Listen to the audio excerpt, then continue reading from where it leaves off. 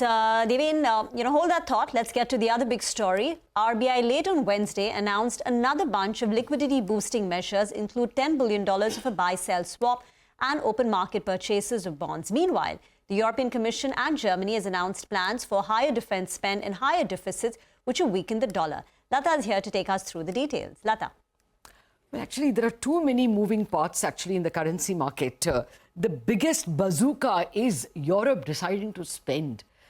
Ever since the European Commission was created, they had this big, strict 3% debt ceiling.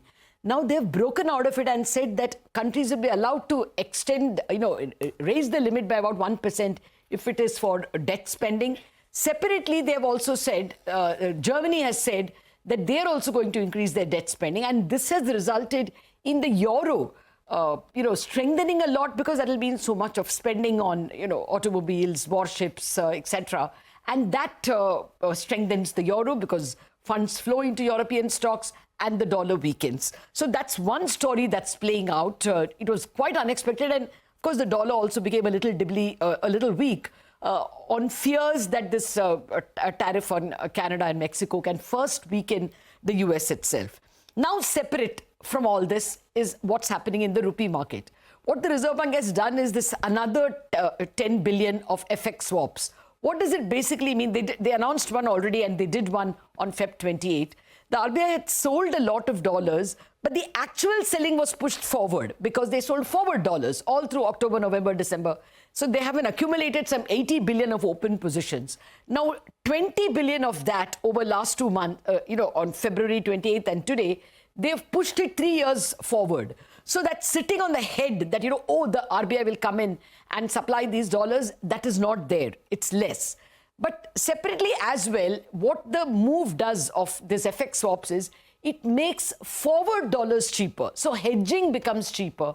And the expectation on the part of bankers is that a lot of companies will now borrow ECBs because it becomes cheap to hedge them. And that will mean the capital account deficit that we are facing because of FPI capital outflows could get reduced because we will get debt flows. Incidentally, debt flows have been coming. The FPIs are selling equity. In debt, barring January, all other months, they were positive. Now there will be private, corporate debt also coming in. So that pressure on the dollar also goes down. Now, where does all this leave the rupee? Actually, it's still quite ranged. There are enough factors on both sides.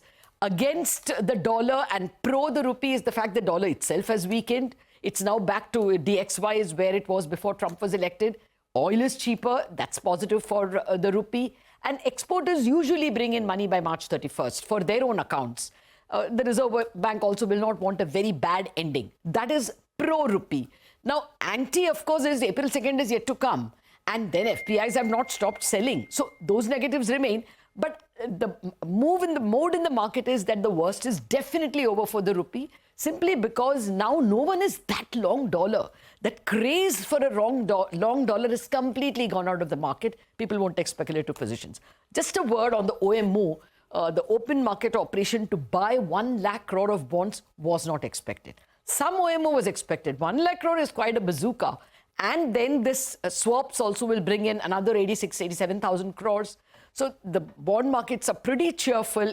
There has been a bond sell-off across Europe and US because of this big deficit of Europe. Otherwise, we would have seen a much bigger rally. But positive for banks. It's a mark-to-market gain, for banks.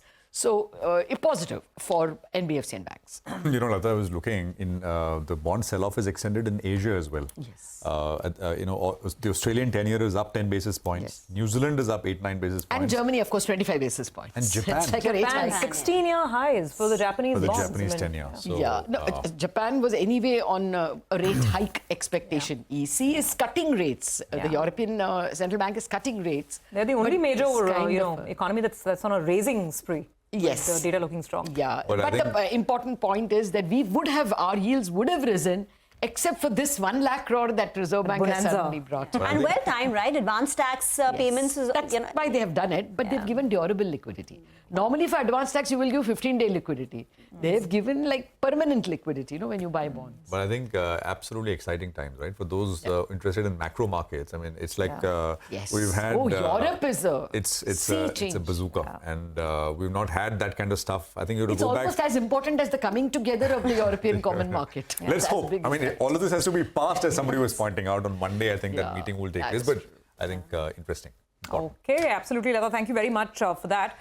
So that's a bit on the macros and what's been happening with the money and the currency markets and how that's interplaying with banks. Actually, let's take that question on the equity